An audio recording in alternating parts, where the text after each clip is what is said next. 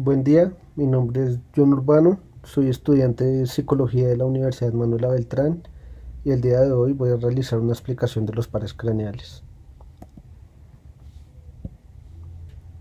Los nervios craneales son un conjunto de 12 pares de nervios que emergen directamente del cerebro y atraviesan los agujeros del cráneo para inervar los órganos y estructuras de la cabeza, el cuello y algunas vísceras torácicas y los abdominales. Los nervios craneales se componen de fibras nerviosas mielinizadas y no mielinizadas y se agrupan en tres categorías según su origen en el cerebro: nervios craneales sensoriales, motores y mixtos. Los nervios craneales sensoriales se encargan de la recepción y transmisión de la información sensorial, como la visión, el oído, el olfato y el gusto. Los nervios craneales motores controlan los movimientos musculares voluntarios de la cabeza y el cuello. Los nervios craneales mixtos tienen una función combinada, es decir, son tanto sensoriales como motoras. Los nervios craneales funcionan a través de la transmisión de señales eléctricas y químicas. En el caso de los nervios sensoriales, los receptores especializados ubicados en los órganos sensoriales, como lo son los ojos, la nariz o los oídos. Estos captan información del entorno y envían señales eléctricas al cerebro a través de los nervios craneales correspondientes. Por otro lado, en los nervios motores, las señales eléctricas se transmiten desde el cerebro a los músculos a través de los nervios craneales, lo que permite el movimiento y la contracción muscular. En algunos casos, como el nervio vago, los nervios craneales también tienen la función autónoma, controlando funciones involuntarias del cuerpo como la frecuencia cardíaca, la respiración y la digestión.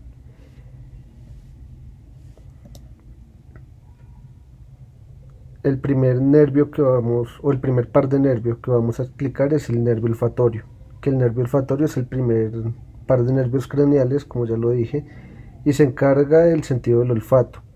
Este nervio se origina en el bulbo olfatorio y es el encargado de transmitir la información olfatoria desde los receptores de la nariz al cerebro.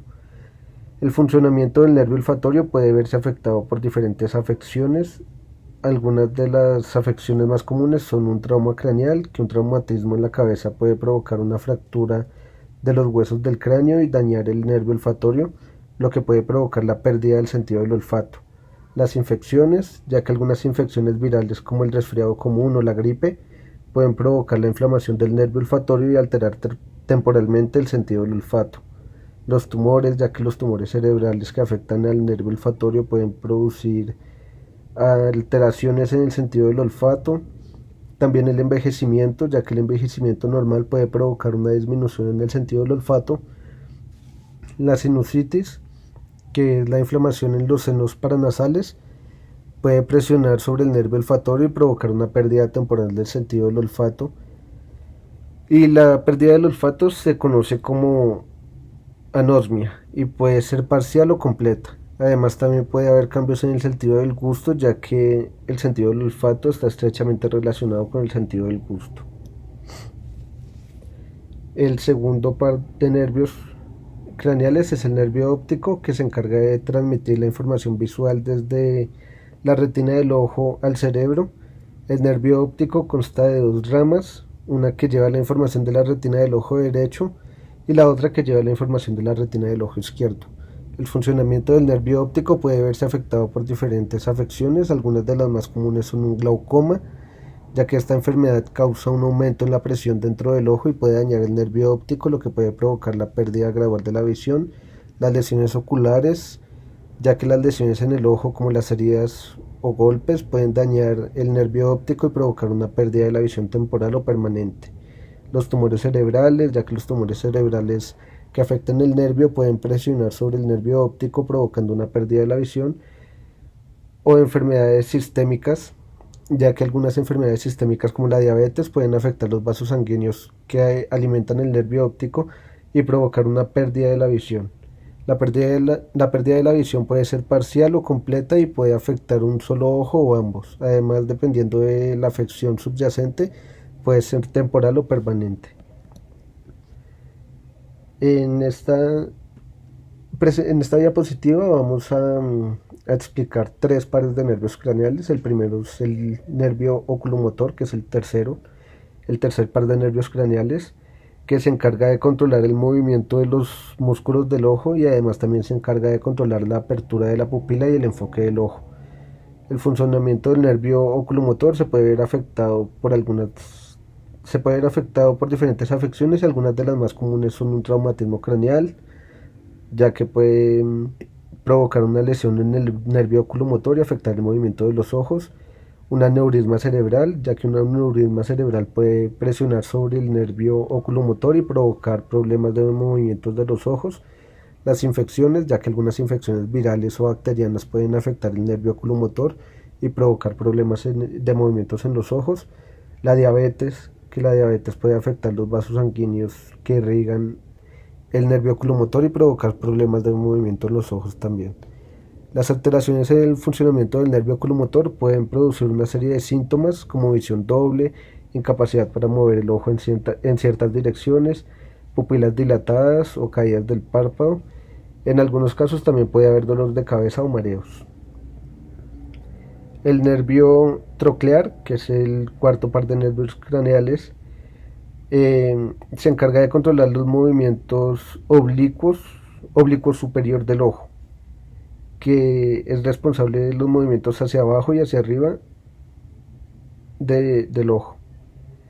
El funcionamiento del nervio troclear puede verse afectado por diferentes afecciones, entre las que se encuentran las lesiones en la cabeza, ya que una lesión en la cabeza puede provocar una lesión en el nervio troclear y afectar los movimientos del ojo, los tumores cerebrales, ya que los tumores cerebrales pueden presionar sobre el nervio troclear y provocar problemas en los movimientos del ojo. Las migrañas, ya que algunas personas con migraña pueden experimentar trastornos visuales de los movimientos del ojo que pueden estar relacionadas con el funcionamiento del nervio troclear. Enfermedades neurológicas, ya que algunas enfermedades neurológicas como la esclerosis múltiple pueden afectar los nervios craneales y provocar problemas de movimientos en los ojos. Las alteraciones del funcionamiento del nervio troclear pueden producir una serie de síntomas como la visión doble, borrosa, problemas para mover el ojo hacia arriba o hacia abajo, y dolor en la cabeza y fatiga. Y el siguiente que vamos a explicar es el nervio abducente, que es el sexto par de nervios craneales.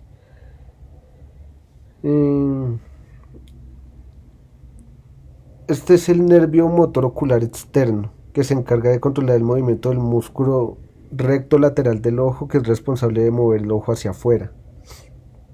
El nervio motor ocular externo es el único nervio craneal que solo tiene la función motora, es decir, que no tiene función sensorial o autónoma. La lesión del nervio motor ocular externo puede afectar la capacidad de una persona de mover los ojos hacia los lados, lo que puede causar una visión doble y dificultad para enfocar objetos a lo lejos. Las afecciones que se pueden presentar en el nervio motor ocular externo incluyen un traumatismo craneal, ya que los traumatismos craneales pueden dañar el nervio motor ocular externo y causar problemas de movimiento en el ojo, un aneurisma cerebral, ya que un aneurisma cerebral puede comprimir el nervio motor y causar problemas en el movimiento del ojo, y la diabetes, ya que la diabetes puede afectar los nervios y causar neuropatía, lo que puede afectar el movimiento del ojo controlado por el nervio motor ocular externo. Ahora seguimos con el nervio trigémino, que es el quinto par de nervios craneales, que es el nervio sensorial y motor más grande del cráneo. Se divide en tres ramas: la rama oftálmica, la rama maxilar y la rama mandibular. La rama oftálmica se encarga de la sensación en la frente, el cuero cabelludo y la córnea del ojo. La rama maxilar controla la sensación de las mejillas, la nariz, el paladar y los dientes superiores. La rama mandibular controla la sensación de la mandíbula, el oído, la lengua y los dientes inferiores. Además, el nervio trigémino es responsable de los movimientos de los músculos masticatorios, que incluyen el músculo macetero, el músculo temporal y el músculo de la mandíbula. Las afecciones que afectan el nervio trigémino incluyen la neuralgia de trigémino, que es un trastorno neurológico que provoca episodios intensos de dolor facial en las áreas controladas por el nervio trigémino. El herpes zóster, también conocido como culebrilla, puede afectar el nervio trigémino y causar dolor, ampollas y una erupción cutánea en la cara. Los tumores cerebrales, ya que los tumores cerebrales pueden comprimir el nervio trigémino y causar debilidad facial, entumecimiento y dolor. Las lesiones en la cabeza pueden dañar el nervio trigémino y causar problemas de sensación y los movimientos de la cara. Las afecciones del nervio trigémino pueden provocar una serie de síntomas como dolor facial, entumecimiento, debilidad muscular y problemas en la sensación de la cara y la boca.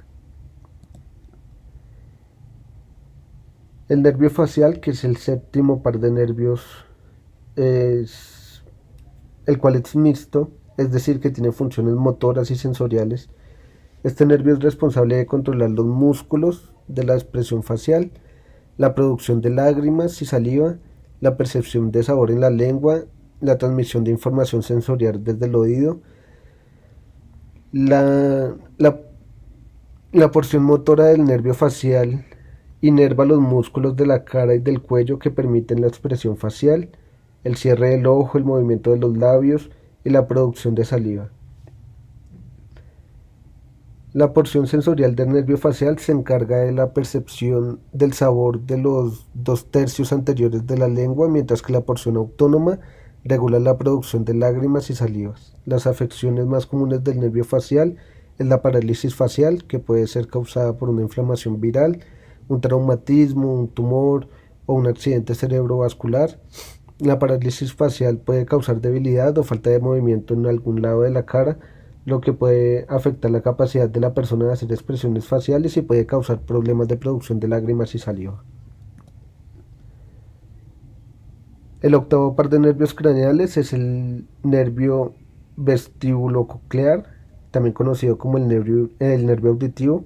Este nervio sensorial se divide en dos ramas, la rama vestibular y la rama coclear. La rama vestibular del nervio vestíbulo-coclear se encarga de la función vestibular, que es la capacidad del cuerpo para mantener el equilibrio y la orientación espacial. Esta rama recoge información sobre la posición y el movimiento de la cabeza a través de los canales semicirculares y el utrículo y sáculo, que son los órganos del oído interno, y envían esta información al cerebro. La rama coclear del nervio vestíbulo coclear es responsable de la audición. Esta rama recoge información sobre el sonido a través de las células ciliadas del oído interno y envía la información al cerebro. Las afecciones que pueden afectar el nervio vestíbulo coclear incluyen la pérdida de la audición, que puede ser causada por una variedad de afecciones que afectan el nervio coclear, como la explosión de un ruido fuerte, la edad avanzada, las infecciones en el oído y los tumores. El vértigo, que es una sensación de mareo y desequilibrio que puede ser causada por afecciones que afectan el nervio vestibular, como la enfermedad de Meniere o la neuritis vestibular. Y el acúfeno, que es la sensación de zumbido, pitido o rugido en los oídos, que puede ser causada por afecciones que afectan el nervio coclear, como la explosión de un ruido fuerte o la edad avanzada. El nervio glosofaringio, que es el noveno par de nervios craneales, es un nervio mixto, es decir, tiene función sensorial y motora. La función sensorial del nervio glosofaringio incluye la recepción de información sobre el sabor, la temperatura y la presión en la parte posterior de la lengua. La faringe, la amígdala y la trompa de Eustaquio. Además, este nervio también recoge la información sobre la presión arterial y el nivel de dióxido de carbono en la sangre. La función motora del nervio glosofaringio se encarga de controlar la musculatura de la faringe y la secreción de la glándula parótida, que es una glándula salival. Las afecciones que afectan el nervio glosofaringio incluyen la disfagia, que es la dificultad para tragar alimentos líquidos y puede ser causada por afecciones que afectan la función motora del nervio glosofaringio. La hipotensión, ya que el nervio glosofaringio está involucrado en la regulación de la presión arterial, por lo que las afecciones que afectan el nervio pueden causar hipotensión o presión arterial baja. La disgeusia, que es la alteración del sentido del gusto, que puede ser causada por las afecciones que afectan la función sensorial del nervio glosofaringio. El décimo par de nervios craneales es el nervio vago, también conocido como el nervio neumogástrico. Este nervio es el más largo y complejo de todos los nervios craneales y es mixto, con funciones tanto sensoriales como motoras. La función sensorial del nervio vago incluye la recolección de información sobre el gusto, la temperatura, la presión y, y el dolor en la faringe, la laringe, el esófago, la tráquea, el corazón, los pulmones, el estómago, el hígado, el páncreas, los riñones y la parte superior del intestino. También transmite la información sobre la presión arterial, la concentración de oxígeno y dióxido de carbono en la sangre y los niveles de glucosa en la sangre. La función motora del nervio vago se encarga de controlar los músculos de la faringe y la laringe, los músculos del corazón y los músculos del tracto gastrointestinal. Además, también está involucrado en la regulación de la respiración y la función del hígado y el páncreas. Las afecciones que pueden afectar el nervio vago incluyen la disfonía, que es la alteración de la calidad vocal y puede ser causada por afecciones que afectan los músculos de la laringe controlados por el nervio vago. La disfagia, que es la dificultad para tragar alimentos o líquidos y puede ser causada por afecciones que afectan la función motora del nervio vago y el esófago. Y la bradicardia, que la bradicardia es la disminución de la frecuencia cardíaca y puede ser causada por afecciones que afectan la regulación del ritmo cardíaco por parte del nervio vago. El undécimo par de nervios craneales es el nervio accesorio, también conocido como nervio espinal accesorio. Este nervio es el nervio motor que controla los músculos del cuello y los hombros. El nervio accesorio se origina en la médula espinal, en la parte superior del cuello y luego asciende a través del agujero magno del cráneo para unirse al nervio vago. Juntos, el nervio accesorio y el nervio vago controlan muchos de los músculos de la laringe y la faringe que intervienen en la deglución y la producción de la voz. La principal función del nervio accesorio es controlar los músculos del cuello y los hombros, incluyendo el esternocleidomastoideo y el trapecio. Estos músculos son importantes para la movilidad del cuello y la cabeza, la estabilidad del hombro y la elevación de los brazos. Las afecciones que afectan el nervio accesorio incluyen un trauma, ya que las lesiones en el cuello o los hombros pueden dañar el nervio accesorio y afectar su función. Los tumores, ya que los tumores en el cuello o los hombros pueden comprimir el nervio accesorio y causar debilidad muscular. Y las afecciones musculares, ya que ciertas afecciones como la distrofia muscular y la esclerosis lateral amiotrófica pueden afectar la función del nervio accesorio. Y el duodécimo par de nervios craneales es el nervio hipogloso, también conocido como el nervio lingual. Este nervio es un nervio motor que controla los músculos de la lengua. El nervio hipogloso se origina en el tronco encefálico y pasa a través del cráneo, a través del canal hipogloso, para inervar los músculos de la lengua. Los músculos de la lengua son importantes para la masticación, la deglución y la articulación del habla. La principal función del nervio hipogloso es controlar los músculos de la lengua que son importantes para la masticación, la deglución y la articulación del habla, como ya lo dije. Las lesiones en el nervio hipogloso pueden causar debilidad o parálisis en la lengua, lo que puede interferir en estas funciones. Las afecciones más comunes son por traumas, ya que las lesiones en la cabeza o en el cuello pueden dañar el nervio hipogloso y afectar su función. Las infecciones, ya que ciertas infecciones como la meningitis o la encefalitis pueden afectar la función del nervio hipogloso. Los tumores, ya que los tumores en el cerebro, el cuello o la cabeza pueden comprimir el nervio hipogloso, causar debilidad muscular. O las enfermedades neuromusculares, ya que ciertas enfermedades neuromusculares como la esclerosis múltiple y la disofagia muscular pueden afectar la función del nervio hipogloso. Cada nervio craneal tiene una función específica y es crucial para el funcionamiento adecuado de los órganos y las estructuras de la cabeza, el cuello y algunas vísceras torácicas y abdominales. Si un nervio craneal está dañado o comprimido, puede producirse una variedad de síntomas como la pérdida del sentido del gusto, la dificultad para mover los músculos de la cara o los ojos, problemas en la audición o el equilibrio, entre otros. Es importante buscar atención médica si se presenta algún síntoma de un trastorno del nervio craneal para recibir el tratamiento adecuado y prevenir complicaciones. En- para explicar un caso, vamos a explicar una afección del séptimo par de nervios craneales, del nervio facial, que sería una parálisis de Bell, que es una de las afecciones que se produce por una falla en el séptimo par de nervios craneales, también conocido como nervio facial, y esta afección se caracteriza por la debilidad o la parálisis en los músculos de un lado de la cara, lo que puede causar una expresión facial desigual, como lo observamos en esta imagen,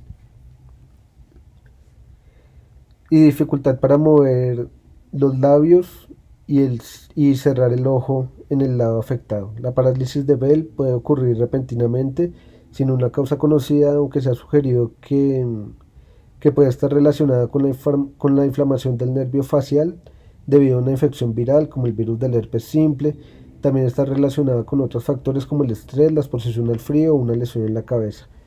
El tratamiento para la parálisis de Bell puede incluir el uso de medicamentos antiinflamatorios, terapias físicas y en algunos casos cirugía, pero en general la mayoría de las personas se recuperan completamente de la parálisis de Bell en un plazo de algunos meses, aunque en algunos casos puede persistir una debilidad residual en la cara. Muchas gracias.